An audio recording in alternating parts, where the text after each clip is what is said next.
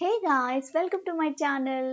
Heroism మన టాలీవుడ్లో heroism ఇలాంటి ఏ పదాలకైనా మళ్ళీ మళ్ళీ 1 2 నుండి కొన్ని నెంబర్స్ వరకు మెగాస్టారే ఉన్నారు, ఉంటారు కూడా. ఇంకా ఎందుకంటే ఆయన క్రియేట్ చేసిన ఇంపాక్ట్ అలాంటిది ఆన్ టాలీవుడ్. అయితే చిరు హీరోయిజం మనం సినిమాల్లో చూసాం, బయట కూడా ఆయన హీరోని అని చాలా సార్లు చాలా ఉదంతాలు ప్రూవ్ చేస్తూనే ఉన్నాయి. లైక్ చారిటీ విషయం అయితేనేమి, వాట్ ఎవర్, చాలా విషయాలు. అయితే అలాంటి సంఘటనల్లో 1993లో జరిగిన ఫ్లైట్ ఇన్సిడెంట్ మనందరికీ తెలిసిందే.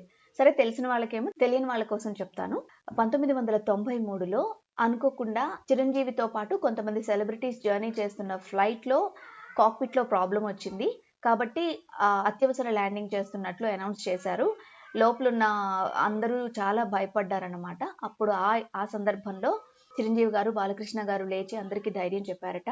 అలా షేక్ అవుతూ ఆ ఫ్లైట్ వచ్చేసి పొలాల్లో ల్యాండ్ అవ్వడం, ఆ తర్వాత ఆ న్యూస్ అందరికీ స్ప్రెడ్ అవ్వడం, మా హీరోలు బాగుండాలి అది ఇది అని చెప్పేసి అందరూ పూజలు చేయడం, ఇవన్నీ మనకి తెలిసిన విషయాలే.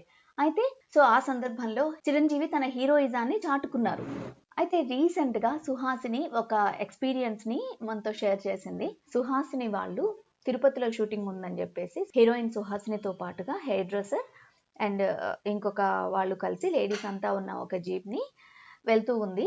ఆ జీప్ ని ఎవరో ఆకతాయిలు ఫాలో చేశారు.